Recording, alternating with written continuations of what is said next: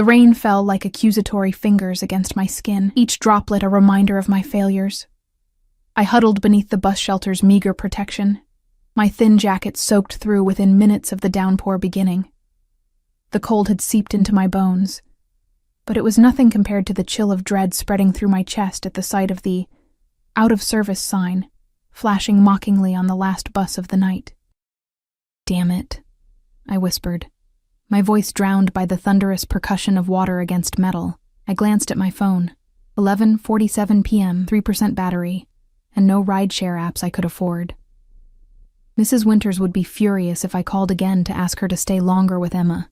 My 4-year-old daughter was probably asleep by now, tiny fingers clutching the worn teddy bear I'd salvaged from a thrift store last Christmas. 16 hours into a double shift at Pearson's Diner, my feet screamed in cheap non-slip shoes, and the scent of grease had permanently embedded itself in my pores. Tips had been miserable. Rent was due in 3 days, and now, 5 miles from home with no way to get there except my own exhausted legs, I stepped out from the shelter, resignation washing over me along with the rain. The storm had emptied the streets, transforming the usually busy avenue into an abandoned river of reflections and shadows. My name is Olivia Parker, 32 years old, single mother, and invisible to the world unless I'm pouring coffee or being hounded for late payments. The distant purr of an engine cut through the rainfall's white noise. Headlights pierced the watery curtain, illuminating the deserted street with twin beams that seemed to search rather than simply light the way. I squinted as the vehicle slowed. A sleek black Bentley, so out of place in this neighborhood that it might as well have been a spaceship. My heart skipped when it pulled alongside me, water rippling around its tires. The back window slid down with mechanical precision, revealing nothing but darkness within. "You shouldn't be walking in this weather." The voice that emerged was low, textured like aged whiskey over rough stones. I caught fragments of the man inside, the gleam of a heavy ring on long fingers, the sharp cut of an expensive suit jacket, the scent of cedar and something metallic that cut through the rain. "I'm fine," I lied, water dripping from my lashes, obscuring my vision. "No, you're not." Not a question. A statement of fact delivered with such quiet authority that I found myself unable to argue. "Where are you headed?" Self-preservation warred with desperation. Never get into cars with strangers was lesson 1 in every woman's handbook.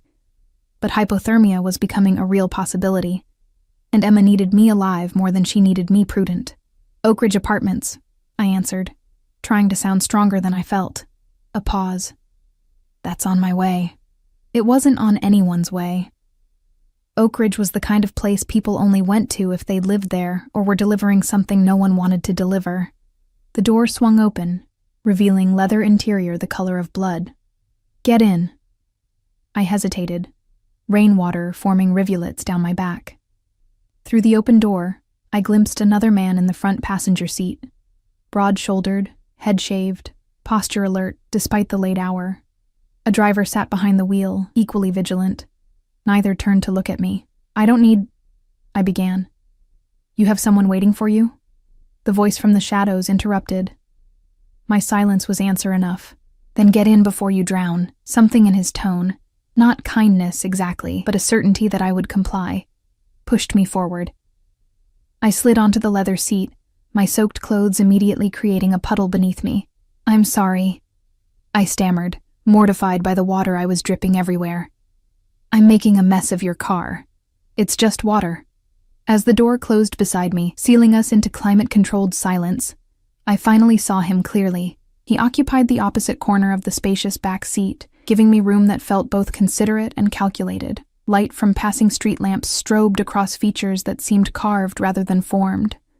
Sharp cheekbones, a straight nose, and a mouth set in a neutral line that suggested it rarely smiled. Dark hair, styled with precision, framed eyes so intensely focused that I had to look away. He wasn't handsome in the conventional sense. Handsome implied something approachable, something that invited admiration. This man's features demanded respect, perhaps fear. I guessed him to be in his early 40s, though something in his eyes spoke of experiences beyond his years. "Thank you for the ride," I managed, trying to occupy as little space as possible on the expensive leather. "I'm Olivia." He studied me for a moment longer than was comfortable. "Alessio Russo." The name settled in the space between us with a weight I couldn't explain.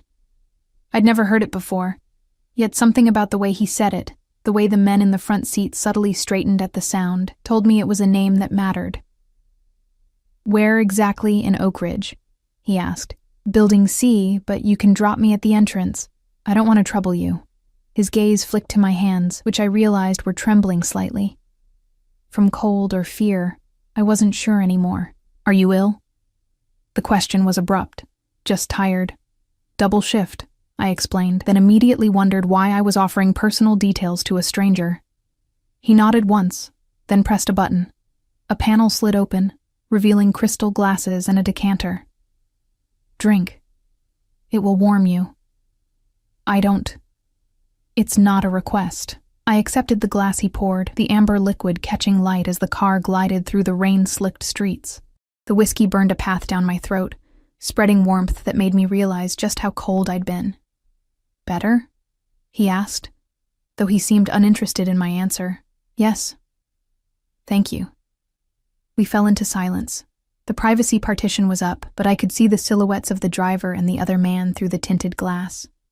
They sat perfectly still, like sentinels. The car took a turn I didn't recognize, moving away from the direct route to Oak Ridge. "Excuse me," I said, anxiety fluttering in my chest. "But I think we're going the wrong way." Alessio's expression didn't change. "There's flooding on Westbrook. We're taking an alternate route." How did he know where I lived well enough to know alternate routes? Before I could formulate a response, my phone buzzed. Mrs. Winters. With trembling fingers, I answered, "Olivia, where are you? I need to leave soon. My son's car broke down and I have to pick him up." "I'm on my way," I said, trying to keep my voice steady. "There was a problem with the bus. I'm getting a ride. 20 minutes tops. Hurry up. Emma's been asking for you." The call ended as my battery died. Panic rose in my throat. "I need to get home. My daughter—" "Your daughter will be fine." His calm certainty both reassured and unnerved me. "We'll be there soon." The whiskey was making my head fuzzy, or perhaps it was exhaustion catching up with me. I fought to keep my eyes open as the car's gentle motion and warmth conspired against my determination to stay alert. "How old is your daughter?" Alessio asked unexpectedly. 4. I answered, surprised by his interest. "Her name is Emma." Something flickered across his face. So brief I might have imagined it. "And her father?" The question felt invasive, yet I found myself answering, "Not in the picture. He left when he found out I was pregnant." Alessio's jaw tightened almost imperceptibly. "Some men don't deserve the title of father." I nodded, unsure how to respond to the sudden intensity in his voice. The car slowed, and I realized with relief that we were pulling into the crumbling entrance of Oak Ridge Apartments. Rain continued to pound against the windows, but here, under the building's flickering exterior lights, it seemed less apocalyptic. "Thank you again," I said, reaching for the door handle. "You've been very kind. Wait." Alessio's command froze me in place. He reached into his jacket and produced a card. Heavy cream stock with only a phone number embossed in dark ink. "If you need anything." I hesitated before taking it. "I can't repay you." Something dangerous flashed in his eyes. I didn't ask for payment. The moment stretched between us, taut with unspoken meaning. Then the door beside me opened, the broad-shouldered man from the front seat now holding an umbrella over the opening. "Building C, correct?" Alessio confirmed. "Yes, but you don't have to. Marco will escort you. It's still pouring." I stepped out, the umbrella providing immediate relief from the downpour. Marco, the first name I'd heard besides Alessio's, stood like a wall beside me, his expression unreadable. He gestured for me to lead the way. We walked in silence across the potholed parking lot. I was acutely aware of the contrast we must have presented, me in my waitress uniform under a sodden jacket, and this human monolith in an impeccable suit that probably cost more than my monthly rent. At Building C's entrance, I fumbled for my keys. "Thank you. I can manage from here." Marco nodded, but made no move to leave. "Mr. Russo insists I see you safely to your door." Too tired to argue, I led him up 3 flights of stairs. The elevator had been temporarily out of service for 8 months, to apartment 3C. Mrs. Winters opened the door before I could even knock. her aged face pinched with impatience that quickly morphed into alarm at the sight of Marco. "It's okay," I assured her quickly. "He just helped me home. The bus wasn't running." She gave Marco a suspicious once-over before gathering her things. "Emma's asleep. Finally. She was asking for you all night." After paying Mrs. Winters and seeing her out, I turned to thank Marco, but he was already heading down the hallway, speaking quietly into what I now noticed was an earpiece. I closed and locked the door, leaning against it as exhaustion threatened to buckle my knees. The apartment was small, one bedroom that Emma and I shared, a combination living room kitchen with furniture salvaged from various secondhand stores, and a bathroom with perpetually temperamental plumbing. But it was home, and Emma was here. I crept into the bedroom. My daughter lay curled on her side of the bed, golden curls splayed across the pillow, her breathing deep and even. Something tight in my chest loosened at the sight of her. As I changed out of my damp clothes, the heavy card Alessio had given me fell from my pocket. I picked it up, running my fingers over the embossed number. There was something unsettling about the entire encounter. The expensive car, the men who moved like trained soldiers, Alessio himself, with his penetrating gaze and commanding presence. Normal people didn't travel with security. Normal people didn't drive Bentleys through the worst part of town during a storm. Normal people didn't exude power like a physical force. I slipped the card into my bedside drawer, telling myself I would never use it. Then I curled around Emma, breathing in her sweet, innocent scent, and fell into an exhausted sleep haunted by dark eyes that seemed to see right through me. The blaring of my alarm jolted me awake at 5:30 a.m. Another day, another early shift. I reached to silence it before it woke Emma, but my hand met only air. Confused, I opened my eyes. This wasn't my bed. This wasn't my room. Panic surged through me as I bolted upright. Instead of my cramped bedroom with its water-stained ceiling and thrift store furniture, I found myself in a spacious chamber draped in luxury. The bed beneath me was enormous, the sheets finer than anything I'd ever touched. Morning light filtered through floor-to-ceiling windows, partially covered by heavy curtains. "Emma?" I called out, voice cracking with fear. "Emma?" The only response was silence. I scrambled from the bed, noticing I was wearing silk pajamas I'd never seen before. My heart hammered against my ribs as I tried the nearest door, a walk-in closet larger than my entire apartment. The next revealed a palatial bathroom. The third door opened to a hallway, lined with artwork that probably cost more than I'd earn in several lifetimes. And there, standing at attention like sentinels, were two men in dark suits.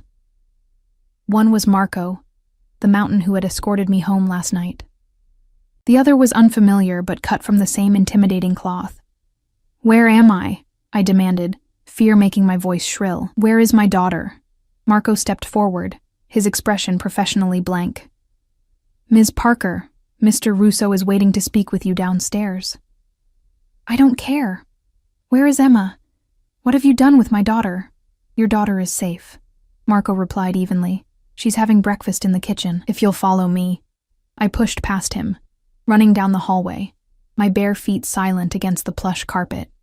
Emma, where are you?" I heard her before I saw her, the familiar sound of her giggles floating up from somewhere below. I followed the sound, taking stairs two at a time, ignoring the men who trailed behind me without trying to stop my frantic search. The staircase opened into a vast foyer with marble floors and a chandelier that dripped crystal like frozen tears.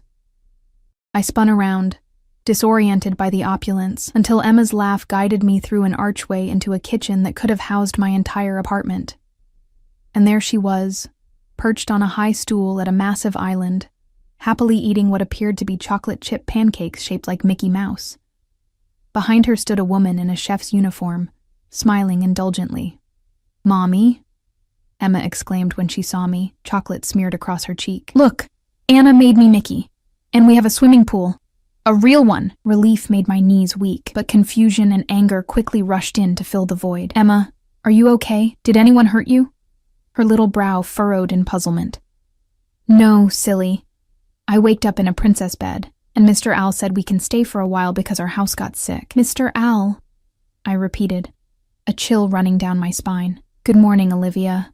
The voice from the doorway froze me in place. I turned slowly to find Alessio Russo watching us, impeccably dressed in a charcoal suit that highlighted the breadth of his shoulders. In daylight, he was even more imposing, every inch the powerful figure I'd sensed in the darkness of his car. "What have you done?" I whispered, positioning myself between him and Emma. "Why are we here?" Alessio's dark eyes held mine, unreadable and unapologetic. "There was a fire in your building last night. Nothing remains of your apartment." The world tilted beneath my feet. "A fire? That's not possible. We were just there." My voice trailed off as memory flickered.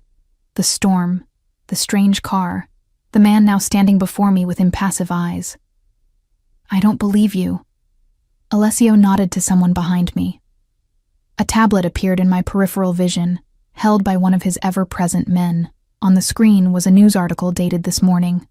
"Electrical fire devastates Oak Ridge apartments. Building C destroyed." My fingers trembled as I scrolled through images of blackened walls and collapsed ceilings, firefighters battling flames that licked hungrily at the night sky. The same sky I'd stood under just hours before.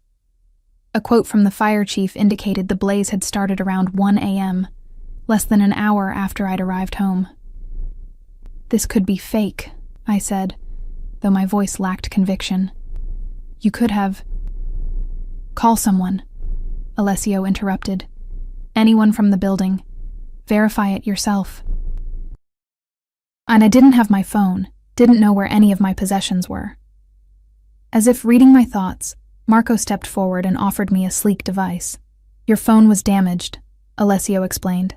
"This one is secure. Use it." With shaking fingers, I dialed Mrs. Patterson from 3B. She answered on the 4th ring, her voice raspy from what sounded like hours of crying. "Hello? Mrs. Patterson? It's Olivia from 3C. "Olivia? Oh, thank God!" Her relief was palpable. "We thought you and Emma might have been when they couldn't find you. The fire department searched everywhere." "We weren't home," I said, the reality of what had happened slowly sinking in. "We're safe. Nothing's left, dear. Not a thing. The whole building." Her voice broke. "Where are you staying?" I looked up at Alessio, who watched me with that same inscrutable expression. "With a friend. I have to go. I'll call you later." I ended the call, handing the phone back to Marco as my mind raced. Everything we owned, Emma's favorite stuffed animals, the photo albums with pictures of her as a baby, my mother's wedding ring, the quilt my grandmother had made, all gone. "Mommy." Emma's small voice pulled me from the edge of panic. "Are you sad?" I forced my face into a reassuring smile. "No, baby, I'm just surprised. Remember how I told you sometimes adventures happen when we least expect them?" She nodded solemnly, chocolate smudged at the corner of her mouth. "Well, we're on an adventure now." I turned to Alessio, keeping my voice level for Emma's sake. "May I speak with you privately?" He inclined his head slightly. "Anna will watch Emma." The chef smiled warmly at my daughter. "Would you like to help me make cookies after breakfast, little one?" Emma's eyes widened with delight. "Can I, Mommy?" "Sure," I said, kissing the top of her head. "I'll be right back." Alessio led me through the enormous kitchen into what appeared to be a study. Dark wood paneling, leather-bound books lining built-in shelves, and a desk that dominated one wall. Floor-to-ceiling windows overlooked manicured grounds that stretched to a stone wall in the distance. This wasn't just a house, it was an estate. The door closed behind us with a soft click. I waited until I was certain Emma couldn't hear before rounding on him. "What the hell is going on? How did we get here?" "We were in our apartment. I fell asleep with Emma." "You passed out within minutes of entering your apartment," Alessio stated matter-of-factly. "Your babysitter mentioned you hadn't eaten all day, combined with exhaustion and the whiskey in the car. You drugged me?" Horror bloomed in my chest, his eyes narrowed dangerously. "I don't need to resort to such tactics, Olivia. The whiskey was just whiskey. You were exhausted, malnourished, and soaking wet. Your body simply gave out. That doesn't explain how we ended up here. I had you monitored." The casual admission sent ice through my veins. "Monitored?" "Marco remained outside your building. Standard procedure when I take an interest in someone's welfare. Standard procedure? I repeated incredulously. Who are you? Something like amusement flickered across his features. I told you my name. Names don't explain why a stranger in an expensive car would pick up a waitress in the rain, or why that same stranger would have her monitored, or why... My voice caught as another realization hit me. The fire. Did you... The temperature in the room seemed to drop 10 degrees. Be very careful with your next words, Alessio said softly. The warning in his tone was unmistakable. I swallowed hard but held my ground. Then explain why we're here instead of a hotel or a shelter or anywhere else normal people would go after losing their home. He studied me for a long moment, as if deciding how much to reveal. My driver noticed the electrical issues in your building while escorting you up. The wiring in the hallway was exposed, sparking. He reported it to me immediately after leaving you. And you didn't warn anyone? Call the fire department? I made the call. They were too busy with other emergencies due to the storm. His lip curled slightly. By the time Marco returned to extract you, the fire had already started. He carried you and your daughter out through the service stairs while my men evacuated as many others as they could reach. The matter-of-fact way he described what must have been a chaotic, life-threatening situation was chilling. Why would you do that? You don't know me. Alessio moved to a sideboard and poured 2 glasses of water, offering me one. Consider it a fortunate coincidence that our paths crossed when they did. I didn't believe in coincidences anymore. Not with this man. I accepted the water but didn't drink. I want to leave, I stated firmly. Thank you for saving us, but Emma and I need to figure out our next steps. And go where exactly? His tone wasn't unkind, but the question hit like a slap. Your building is gone. Your possessions are gone. Your workplace is 20 miles from here, and you have no transportation. Each point landed like a body blow, reality crashing down around me. I had no home, no clothes beyond what I was wearing, no money saved, and no one to turn to. I'll figure something out, I insisted, though my voice had lost its conviction. Your daughter seems happy here, Alessio observed. She's safe, fed, and currently excited about making cookies. Why not allow her that small comfort while you consider your options? He was manipulating me, using Emma as leverage. The worst part was, it was working. The thought of dragging her from this warm, secure environment into the uncertainty of our new reality made my stomach clench. What do you want from us? I asked, the question barely above a whisper. Alessio's expression softened fractionally. Right now? Nothing.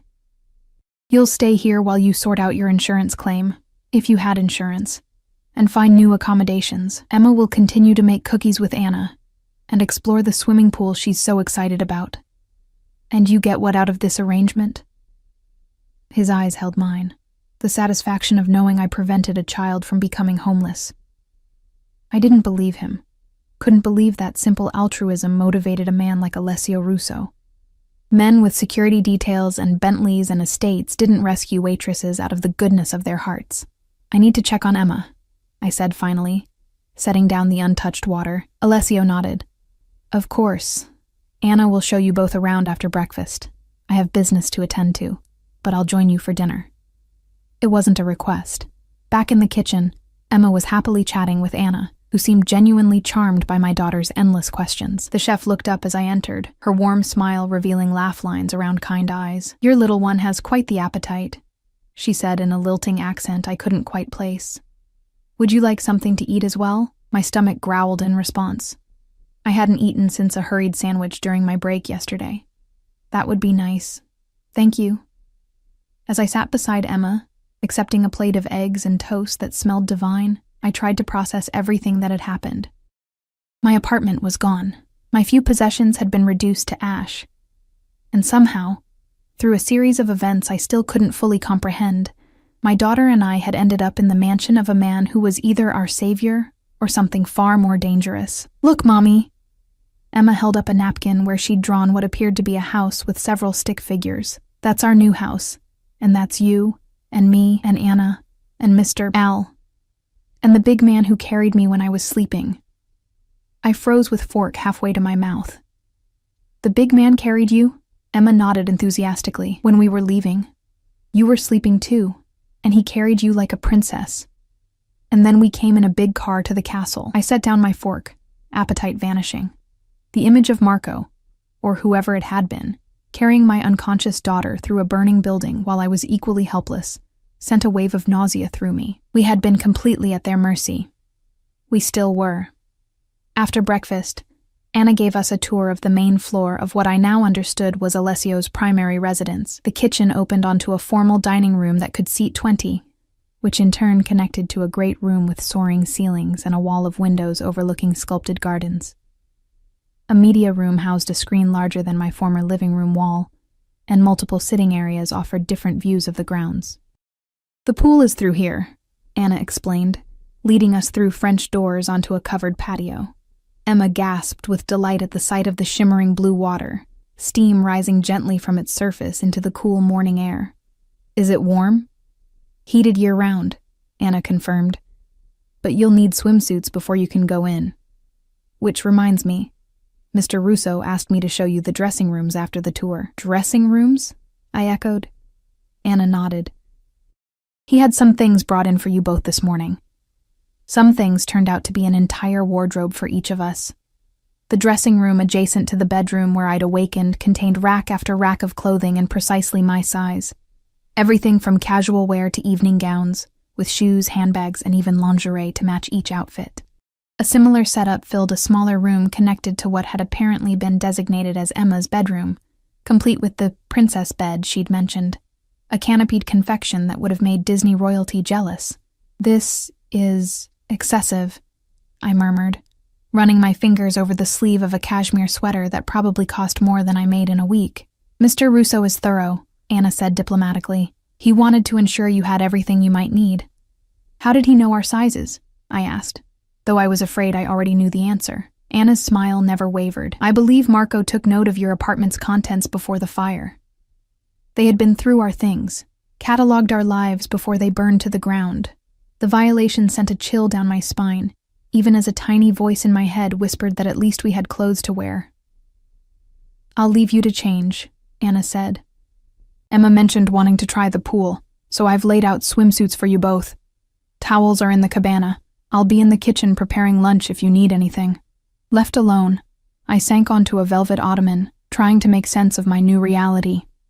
The clothes surrounding me represented more money than I'd ever possess. The house itself was like something from a magazine spread, too perfect, too luxurious to be real. And somewhere within its walls was Alessio Russo, the man who had orchestrated all of this for reasons I couldn't begin to understand. Emma burst into the room, already changed into a ruffled pink swimsuit. Mommy, can we go swimming now, please? Her excitement was the first normal thing I'd encountered since waking in this gilded cage. I forced a smile. Let me change first, okay? An hour later, watching Emma splash happily in the shallow end of the pool, I allowed myself a moment of peace. Whatever was happening, whatever Alessio's motives might be, my daughter was safe and happy. For now, that would have to be enough. I didn't notice Marco's arrival until his shadow fell across the lounge chair where I sat. Ms. Parker, he said, his deep voice startling me. Mr. Russo asked me to inform you that he's arranged for your workplace to be notified of your absence. You've been granted a 2-week leave with pay. He did what? I sat up straight, clutching the plush towel around my shoulders. He had no right. He also asked me to give you this. Marco held out a manila envelope, ignoring my protest. Inside was a stack of official-looking documents, an insurance claim form for my apartment already filled out in my name, a check for an amount that made my eyes widen, and a temporary ID card since mine had presumably been lost in the fire. How did he... I looked up at Marco, whose expression remained impassive. Mr. Russo has connections, he replied simply. Is there anything you or your daughter need? The question felt loaded, though I couldn't explain why. No, thank you. Marco nodded and retreated to a position by the pool house, where he stood with hands clasped behind his back, gaze sweeping the grounds in a continuous, vigilant pattern. It was then that I realized we weren't just guests in Alessio's home.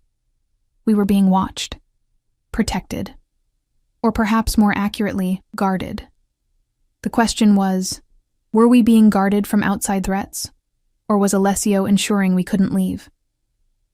As I watched Emma laugh and play in water that cost more to heat than our monthly electricity bill, I wondered what price we would ultimately pay for this unexpected salvation, and whether I would have any choice in the matter when the time came to settle the debt. Dinner that evening was an exercise in restraint. Alessio presided at the head of the massive dining table, with me to his right and Emma to his left, looking tiny in a chair that could have accommodated 3 children her size. The formal dining room seemed excessive for just the 3 of us, but I was beginning to understand that excess was Alessio's standard operating procedure. Emma, oblivious to the tension crackling between the adults, chatted happily about her day of swimming and cookie making. She had taken to Anna immediately, and, more unsettlingly, to Alessio as well. She seemed completely unfazed by his imposing presence, peppering him with questions that would have made me flinch if I weren't trying so hard to appear composed. "Do you have kids, Mr. Al?" she asked between bites of the pasta Anna had prepared specially for her. Alessio's expression softened almost imperceptibly when he looked at my daughter. "No, Emma, I don't." "Why not? Don't you like kids?" I nearly choked on my wine. "Emma, that's not a polite question." "It's all right," Alessio said, setting down his fork. "I like children very much, Emma. I simply never found the right person to have them with." Emma considered this with the solemn thoughtfulness only a 4-year-old could muster. "My daddy didn't want me," she announced with the brutal honesty of childhood. "Mommy says he wasn't ready for a responsibility like me." The temperature in the room seemed to drop several degrees. I saw Alessio's jaw tighten, a muscle working beneath the skin. "Emma," I said quickly, "remember what we talked about? Some things are private family matters. Your mother is right about privacy." Alessio interjected, his voice gentler than I'd heard it before. "But she's wrong about one thing. Your father didn't leave because of you. He left because he was a coward who didn't deserve either of you." The certainty in his voice sent a chill down my spine. He spoke as if he knew Ryan personally, as if he had judged and condemned him with the same casual authority he applied to everything else. "How would you know?" I asked, unable to keep the edge from my voice. Alessio's dark eyes met mine. "Men who abandon their children are cowards. That's not an opinion, Olivia. It's a fact." The conviction behind his words silenced me. There was history there, something personal that had nothing to do with me or Emma, yet seemed to inform his entire interaction with us. After dinner, Anna appeared to take Emma for her bath and bedtime routine. My daughter went willingly, already comfortable in this strange new world where chefs prepared your favorite foods and heated pools awaited your pleasure. I envied her adaptability. "Will you read me a story later, Mommy?" she asked as Anna led her away. "Of course, baby. I'll be up soon." When we were alone, Alessio gestured toward a door I hadn't noticed before. "Join me for a drink?" It wasn't really a question. I followed him into what appeared to be a study, different from the one we'd spoken in that morning. This room was smaller, more intimate, with a fireplace crackling against one wall, and shelves lined with books that looked actually read rather than chosen for their leather bindings. He poured amber liquid into 2 crystal tumblers, offering one to me. I accepted it, but didn't drink. "You have questions," he stated, settling into a leather armchair and indicating I should take the one opposite. "About 100, I admitted, perching on the edge of the seat. "Starting with how you knew about the insurance claim. I didn't have apartment insurance." A ghost of a smile touched his lips. "You do now. Retroactive to 3 months ago. That's not possible. Many things become possible with the right connections. And you just happen to have connections in the insurance industry. I have connections everywhere, Olivia." He took a sip of his drink, watching me over the rim of his glass. "The more pressing question is what you plan to do next." I stared at him, caught off guard by the directness. "Find a new apartment, obviously. Go back to work, rebuild our lives. With what resources?" The question stung because it exposed the precariousness of my situation. Even with the insurance money, which I still wasn't convinced was legitimate, finding affordable housing would be nearly impossible on my waitress salary. Childcare for Emma alone ate half my income. "I'll figure it out," I said, with more confidence than I felt. "I always do. Always having to figure it out is exhausting, isn't it?" His perception was uncomfortable, never having a safety net. always one mishap away from disaster. What's your point? I asked, defensive now. My point is that you don't have to leave. He stated it matter-of-factly, as if offering me the weather forecast rather than something that would fundamentally alter our lives. You and Emma can stay here indefinitely. I laughed, a short, brittle sound. Right, we'll just move in with a complete stranger, because he has a nice pool. You know I'm not a complete stranger, do I? I set my untouched drink on the side table. I know your name is Alessio Russo. I know you have more money than seems reasonable. I know you have men who follow your orders without question. That's not knowing someone, Alessio. That's barely an introduction. He studied me for a long moment, his expression unreadable. Then he reached for his phone, typed something, and set it aside. What do you want to know? The question seemed sincere, which only made me more suspicious. Why us? Why did you stop for me in the rain? Why bring us here? I was driving home from a business meeting.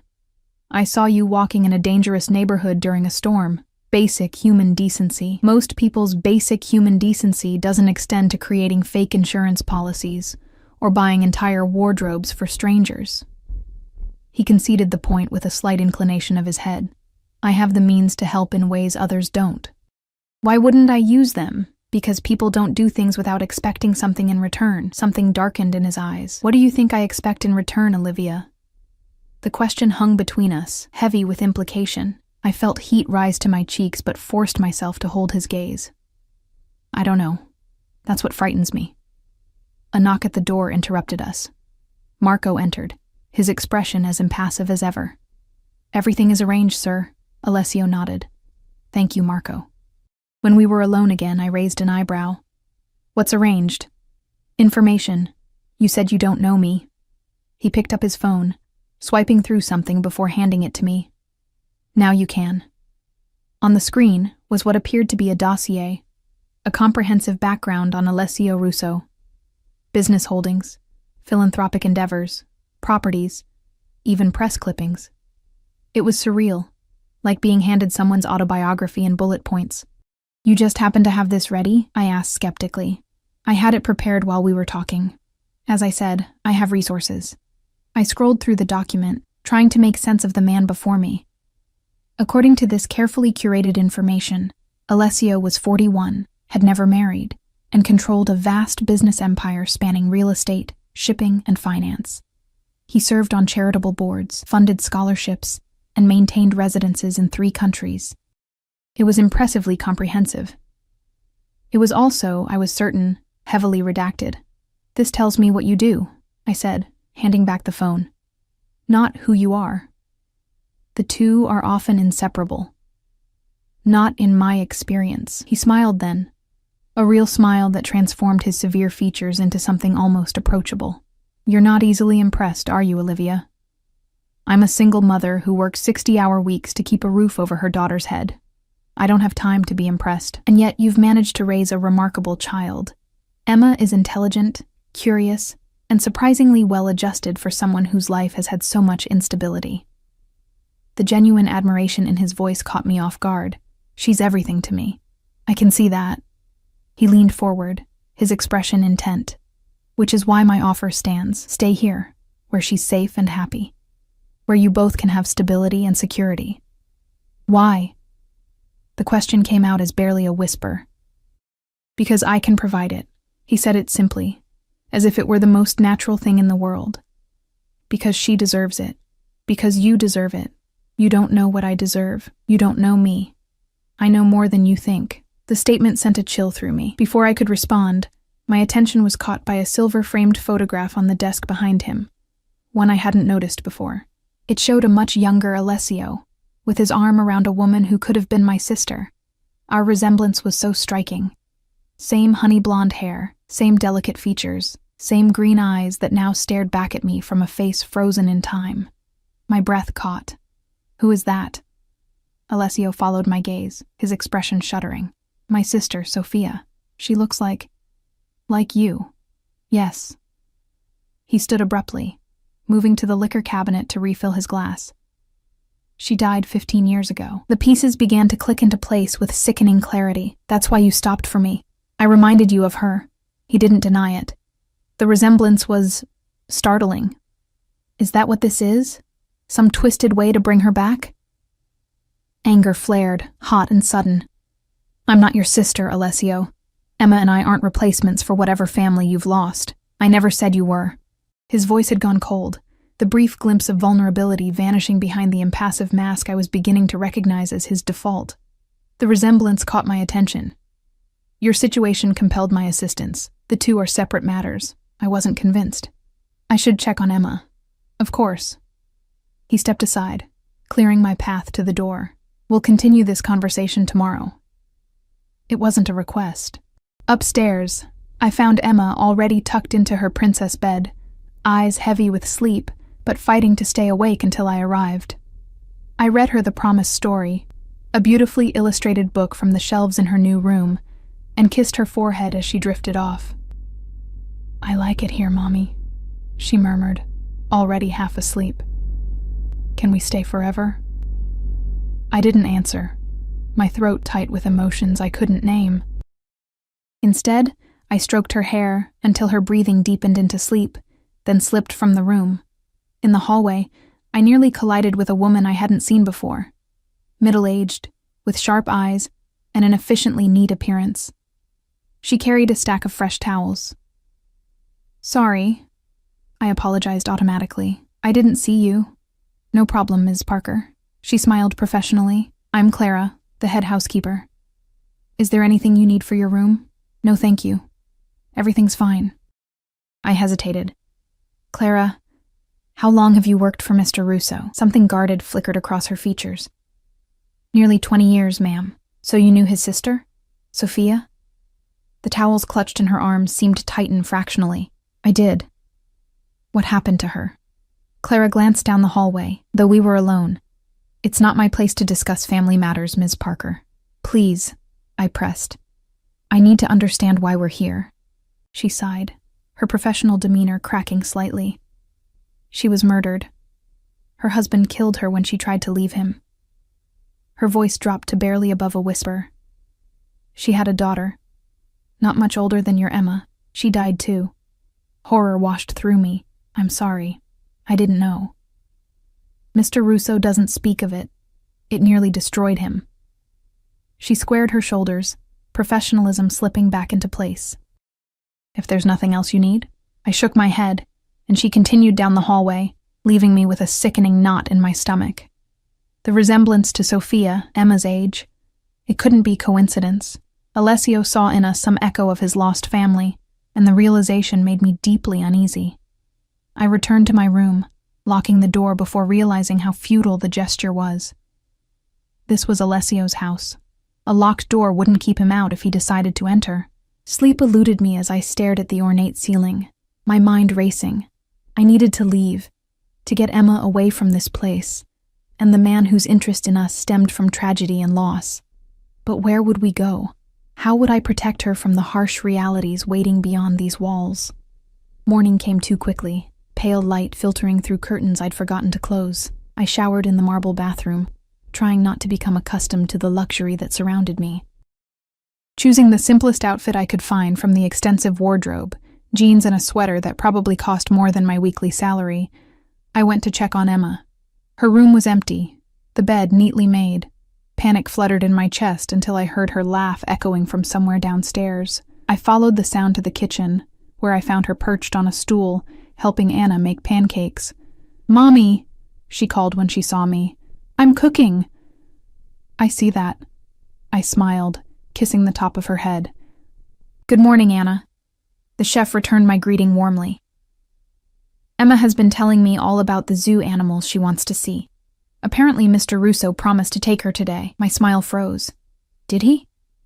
He said we can see the penguins. Emma bounced excitedly. And the lions and the monkeys and everything. That's a big promise to make without checking with me first, I said, trying to keep my tone light. Oh. Emma's face fell. Don't you want to go to the zoo, Mommy? I was saved from answering by Alessio's arrival. He looked immaculate as always, though today he wore casual attire, dark jeans and a charcoal sweater that somehow managed to look both relaxed and intimidating. "Good morning," he greeted, his eyes finding mine immediately. "I trust you slept well." Before I could respond, Emma launched into an excited recounting of the zoo plans. Alessio listened with what appeared to be genuine interest, his severe features softening as my daughter described, in excruciating detail, every animal she hoped to see. "Emma," I interrupted gently, "why don't you go upstairs and get dressed? There's a new outfit on your bed that might be perfect for the zoo." She scrambled down from her stool, racing from the room with an energy I envied. When we were alone, save for Anna, who discreetly busied herself at the stove, I turned to Alessio. "You had no right to make promises to my daughter without consulting me." "You're right," he conceded, surprising me. "I should have discussed it with you first." Emma mentioned wanting to see animals, and I acted impulsively. The apology, unexpected as it was, deflated some of my anger. "I appreciate that, but I need you to understand something. Emma is my daughter. Mine. Not a replacement for your niece, not a second chance at whatever family you lost. Do you understand that?" His expression darkened. "Clara told you about Sophia. She didn't want to." I asked. He was silent for a long moment, tension radiating from him in almost palpable waves. When he finally spoke, his voice was controlled, but I sensed the effort it cost him. "I understand your concern. The resemblance between you and my sister is remarkable. But I assure you, I don't see you as her replacement." His eyes met mine, intense and unflinching. "What happened to Sophia and her daughter is why I stopped for you that night. Not to replace them, but because I couldn't bear to see history repeat itself." "What are you talking about?" "A woman alone, vulnerable, with a young child. No resources, no protection." His jaw tightened. "Sophia was in a similar situation when she met her husband. He promised her security, gave her a life of luxury, then turned it into a prison." The parallel he was drawing sent ice through my veins. "I'm not Sophia." "No," he agreed softly. "You're stronger than she was, but the world is no kinder now than it was then." Before I could respond, Emma came racing back into the kitchen, dressed in a cute outfit clearly chosen for a day at the zoo. Her excitement was contagious, making it impossible to continue the serious conversation. "Are we going now?" she asked, practically vibrating with anticipation. Alessio looked to me, waiting for my decision. The realization that he was actually respecting my authority as Emma's mother surprised me. "Yes," I said finally, unable to disappoint my daughter. "We're going to the zoo." What I didn't say, what I couldn't say with Emma present, was that this would be our last day in Alessio's world. Tomorrow, I would take the insurance money and find us a new place, far from the complications and unspoken expectations that seemed to permeate every interaction with this man. I couldn't afford to be drawn into his orbit, to become dependent on his generosity, or to allow Emma to form attachments that would only hurt her when they inevitably ended. We needed to return to our real life, difficult as it was. What I didn't realize then was that our real life had already been irrevocably altered, and that leaving Alessio Russo would prove far more difficult than I ever imagined. The zoo outing was disarmingly normal, or as normal as anything could be with an entourage of security personnel maintaining a discreet perimeter around us. Emma darted from exhibit to exhibit, her excitement inexhaustible. Alessio stayed close, his attention divided between my daughter's delight and the constant vigilance of his men. I watched him with Emma, searching for signs of manipulation or unhealthy attachment. Instead, I saw only patience and a kind of wistful gentleness that made my chest ache. He answered her endless questions thoughtfully, knelt to her level when pointing out animals, and seemed genuinely amused by her unfiltered observations. "Mr. Al," she said, tugging at his hand as we stood before the lion enclosure. "Are you rich?" I choked on my water. "Emma, that's not polite." Alessio's lips quirked upward. "It's a fair question." "Yes, Emma. I am what people would consider rich." She nodded sagely. "I thought so. You have a swimming pool and lots of big men who follow you around. Are they your friends?" "They work for me," he replied. "Their job is to keep people safe." "Like superheroes?" Her eyes widened. "Not exactly." He glanced at Marco, who maintained his stoic expression despite the comparison. "They're more like guardians. Do they keep you safe from bad guys?" Something flickered across Alessio's face. A darkness quickly concealed. "Sometimes. They also help me keep other people safe."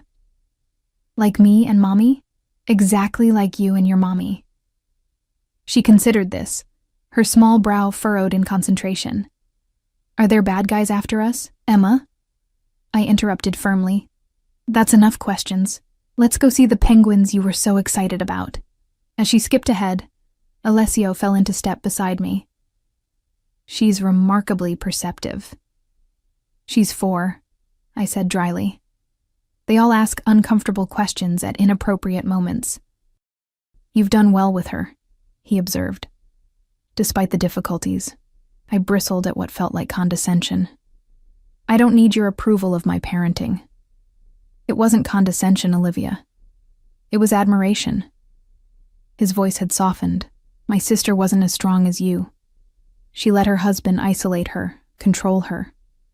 By the time she finally tried to leave, he trailed off, pain etching lines around his eyes that made him look suddenly older. I felt a reluctant stab of sympathy. I'm sorry about your sister, I said quietly, and your niece. But you need to understand that Emma and I can't be your second chance. Is that what you think this is? What else could it be? You see a woman who looks like your dead sister, with a daughter close to your niece's age, and suddenly you're offering us a life most people only dream about. It's not healthy, Alessio. Not for you, not for Emma, and not for me.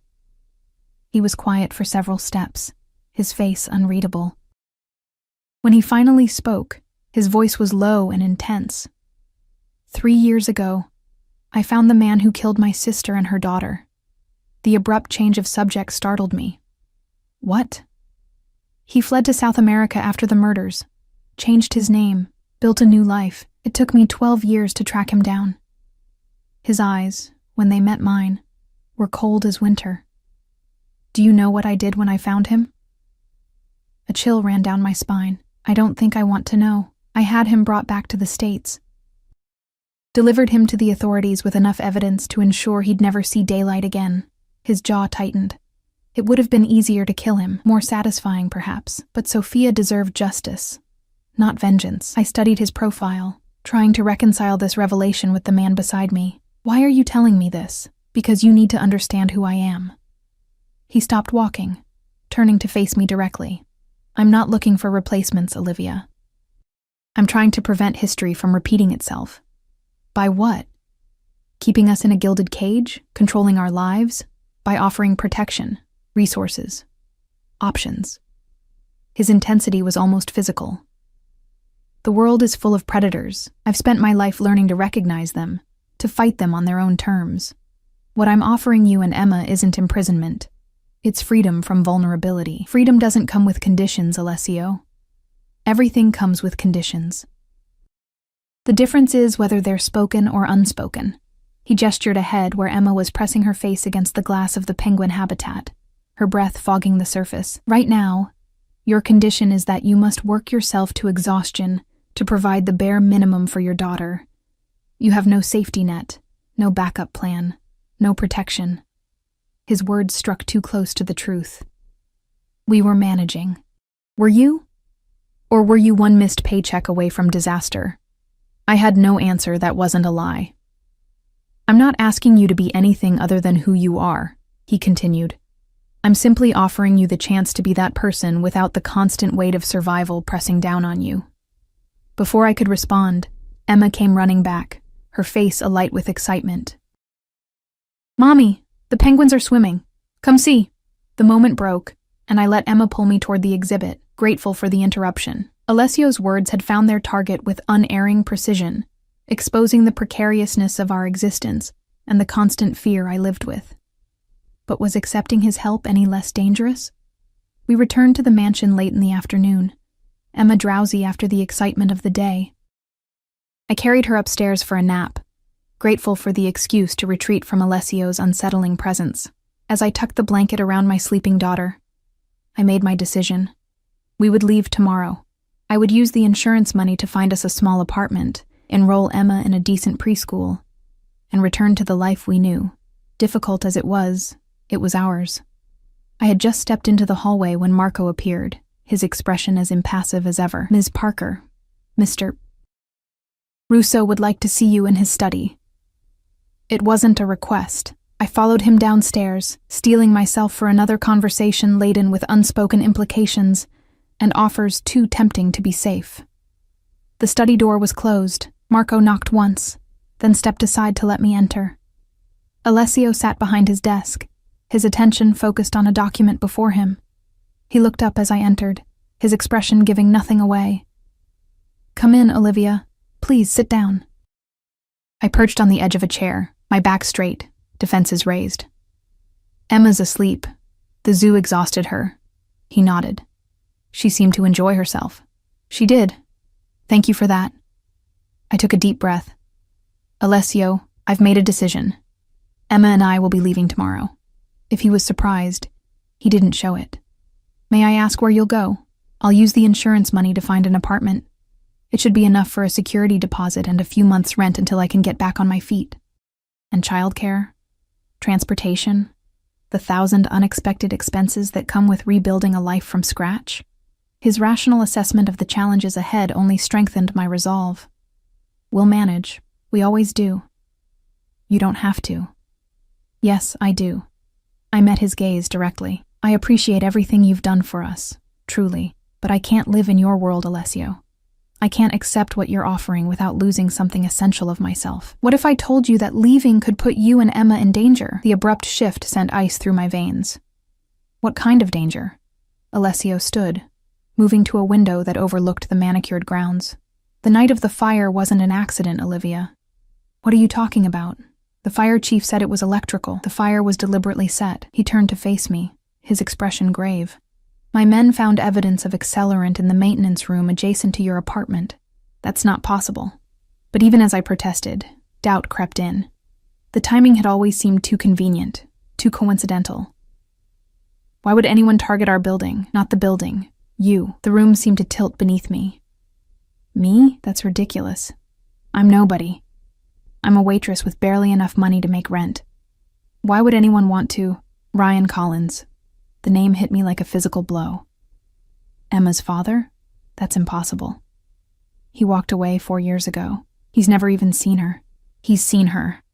Alessio's voice had hardened. "He's been watching you both for weeks." "How would you know that?" He hesitated, as if measuring how much to reveal. "After I met you that night, I had you looked into. Standard procedure when you what? Take an interest in someone? Decide to play savior?" Anger flared, hot and sudden. "You investigated me?" "I did." He didn't even have the decency to look ashamed. And what I found concerned me. "Ryan Collins isn't just your ex-boyfriend, Olivia. He's connected to people who operate outside the law." "You're lying." But a cold knot of dread was forming in my stomach. Ryan had always been evasive about his work, his money, the people he associated with. It was one of many reasons our relationship had been doomed from the start. "I wish I were." Alessio crossed to his desk, opening a folder and sliding several photographs across the surface. These were taken in the week before the fire. With trembling fingers, I picked them up. The first showed Ryan, older, harder than I remembered, standing outside Pearson's diner. The next caught him watching Emma on the playground at her preschool. The last, most chilling of all, captured him outside our apartment building, speaking with someone whose face was obscured. "This doesn't prove anything," I whispered, though the evidence was damning. Maybe he just wanted to see her. After all this time. "Ryan Collins works for Vincent Caruso." Alessio spoke the name as if it should mean something to me. When I didn't react, he continued. "Caruso controls most of the drug trade on the East Coast. Collins handles money laundering through a network of shell companies and front businesses." "How do you know all this?" Alessio's eyes met mine, unflinching. "Because I know exactly who and what Vincent Caruso is. I've spent years dismantling his operation piece by piece, business by business." Understanding dawned with sickening clarity. "You're like him." "No." The word was sharp, definitive. "I'm nothing like Caruso. My businesses are legitimate. My methods are not. But you're... what? Some kind of mob boss?" The accusation hung between us. "I prefer businessman with extensive security concerns," he replied, with the ghost of a smile that didn't reach his eyes. "But the important thing right now is that Collins has resurfaced for a reason. and that reason involves you and Emma. My head was spinning, reality shifting beneath my feet. I don't understand. Why now? After 4 years of complete silence. Because Caruso is losing ground, fast. He's desperate for leverage against his enemies. Alessio's expression darkened. Including me. What does that have to do with us? The night I picked you up in the rain. That wasn't coincidence, Olivia. One of Colin's men had been following you. My security team noticed and alerted me. He leaned forward, intensity radiating from him. I didn't stop because you looked like Sophia, though the resemblance is striking. I stopped because you were in immediate danger. I struggled to process this new reality. So, the fire was meant to flush you out, make you vulnerable, desperate for help. His jaw tightened. If I hadn't gotten to you first, Collins would have been there with a convenient solution to all your problems. Why would he do that? He wanted nothing to do with us. Because you're valuable now. Alessio's voice gentled. You're connected to me. The implication stole my breath. You're saying we're in danger because of you. You were in danger before I entered the picture. The difference is that now you have protection. He gestured around us. Why do you think I brought you here? This estate has security measures that would make most government facilities envious. My mind raced, trying to separate truth from manipulation. How do I know you're not making this up to keep us here? Instead of answering, Alessio pressed a button on his desk. Moments later, Marco entered carrying a tablet. Show her. Marco handed me the device. On the screen was a video, surveillance footage from what appeared to be a restaurant. The timestamp indicated it was from 3 days ago. I recognized Ryan immediately, sitting across from a heavy-set man whose face spoke of power and cruelty. They were arguing, Ryan's gestures becoming increasingly agitated. The video had no sound, but I didn't need to hear the words to understand the threat, when the other man, Caruso, I presumed, grabbed Ryan by the throat. He's been given an ultimatum, Alessio explained quietly. Deliver you and Emma, or pay with his life. I set the tablet down, my hands shaking. I need to think. It's too much. Of course. Alessio's voice was gentle now, understanding. Take all the time you need, but understand this. If you walk out that door, I can't guarantee your safety, not yours, and not Emma's. So we're prisoners after all. No. He moved around the desk until he stood directly before me. You're free to leave whenever you choose.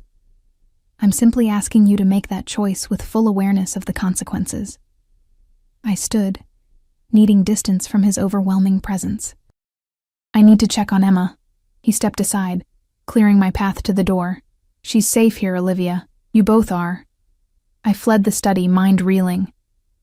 Upstairs, I found Emma still sleeping peacefully, one arm flung above her head, lips slightly parted. The sight of her, so vulnerable, so trusting, sent a wave of fierce protectiveness through me. If what Alessio said was true, and the evidence suggested it was, walking away meant exposing her to dangers I couldn't fight alone. Staying meant accepting Alessio's protection, his world, and whatever unspoken expectations came with them. There were no good choices, only impossible ones. Night fell, and I remained by Emma's bedside, watching her sleep as I wrestled with my decision. When she finally stirred, blinking up at me with sleepy confusion, I forced a smile. Hey, sleepyhead, you were tired from all those animals, she yawned, stretching like a cat. Can we go swimming again? Maybe tomorrow. I smoothed her tousled curls. Are you hungry? Dinner should be ready soon. She nodded enthusiastically, all traces of sleep vanishing at the mention of food. As I helped her wash up and change, my mind continued its frantic calculations. Stay or go, safety or freedom, the devil I knew or the one I didn't. Dinner was a subdued affair. Alessio was absent, having been called away on business according to Anna. I was secretly relieved, needing space to think without his intense presence influencing my decision. After tucking Emma in for the night, I wandered the vast house, eventually finding myself on a terrace overlooking the moonlit grounds. The night was clear, stars puncturing the darkness above like distant watchful eyes. Couldn't sleep? I whirled to find Alessio standing in the doorway, his silhouette outlined by the warm light from within. He'd loosened his tie, and for the first time since I'd met him, he looked slightly disheveled. Human rather than the immaculate, untouchable figure I'd come to expect. I have a lot on my mind. He moved to stand beside me at the stone balustrade, keeping a respectful distance between us. Understandable. We stood in silence for several moments, the night air cool against my skin. Finally, I spoke the question that had been haunting me since our earlier conversation. "What do you want from us, Alessio? Really?" He considered the question, his profile sharp against the night sky. "Initially, protection. The chance to keep you both safe from Collins and his associates. And now?" His gaze found mine, startlingly direct in the moonlight. "Now, I find myself wanting more." My heart stuttered. "What does that mean?" "It means I admire your strength, your determination to protect your daughter at all costs. It means I enjoy Emma's curiosity and resilience." He paused, something vulnerable flickering across his features.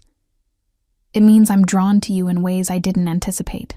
The admission hung between us, charged with possibilities both tantalizing and terrifying.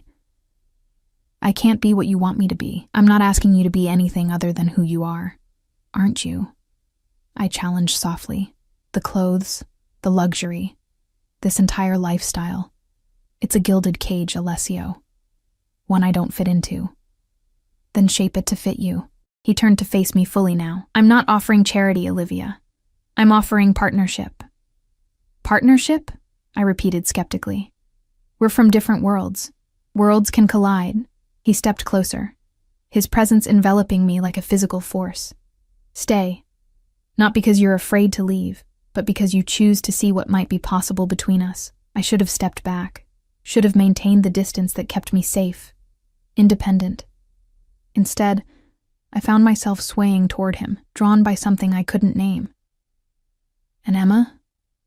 We'll have everything she could ever need. Safety, opportunity, a future without limits." His voice softened. "And a man who would die to protect her. Not because she reminds me of someone I lost, but because she is extraordinary in her own right, like her mother." His hand rose, fingers brushing my cheek with a gentleness that belied his strength. "I'm not asking for an answer tonight. Only that you consider the possibility that what began as protection could become something more." Before I could respond, a commotion from within the house shattered the moment. Marco appeared at the doorway, his usually impassive face tense with urgency. "Sir, we have a situation." Alessio's demeanor changed instantly, the vulnerable man vanishing behind the mask of authority I recognized. "What is it?" "Perimeter breach at the north gate. Collins has been identified among the intruders." Cold fear gripped my heart. "Emma is secure," Marco assured me. "Davis and Chen are with her." Alessio turned to me, his expression grave. "Go to Emma. Stay with her. Do not leave her side for any reason." "What's happening?" My voice sounded distant to my own ears. "What I've been preparing for." He signaled to Marco, who immediately moved to escort me inside. "Collins made his choice.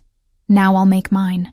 As Marco led me upstairs to Emma's room, alarm systems activated throughout the house. Silent to us, but undoubtedly alerting Alessio's security forces. I found Emma still sleeping peacefully, unaware of the danger approaching. 2 men stood guard inside her room, weapons visible at their sides. I curled around my daughter on the bed, heart pounding as I strained to hear what was happening. Minutes stretched into an hour, the silence broken only by occasional terse communications through the guards' earpieces. Then, finally, footsteps in the hallway. The door opened to reveal Alessio, his expression grim, but controlled. "It's over," he said simply. "Collins and his men have been apprehended. They're being turned over to federal authorities as we speak." Relief made me dizzy. They wanted Emma? They wanted leverage. He crossed to the bed, his eyes softening as they fell on my sleeping daughter. "They've been neutralized. Permanently." I didn't ask what that meant. Some things were better left unspoken. "What happens now?" I whispered. Alessio's gaze met mine, steady and certain. "That depends on you. You can leave tomorrow with the assurance that Collins no longer poses a threat. Or... My voice was barely audible. Or you can stay. See what kind of life we might build together. He held out his hand, an offering rather than a demand. The choice is yours, Olivia. It always has been. I looked down at Emma, peaceful in sleep, unaware of how close danger had come. Then back to Alessio, the man who had saved us not once but twice now, the man who offered protection, security, and perhaps something I'd long ago stopped believing in, a future bright with possibility rather than shadowed by struggle. I reached out, my fingers intertwining with his. Not a surrender, but a choice. My choice. We'll stay, I said softly. For now. His smile transformed his face, revealing the man beneath the power and control. For now, he agreed, and perhaps, one day, for always. As he sat beside us, his free hand gently brushing Emma's hair from her forehead with a tenderness that made my heart ache, I realized that sometimes the most unexpected turns in life's road lead not to captivity, but to freedom. Not to loss, but to something found. And sometimes, a ride accepted in the rain can lead to a future you never dared imagine. Thank you all so much for following this story. If you're enjoying it, don't forget to like and subscribe, because your support is important for me to continue here.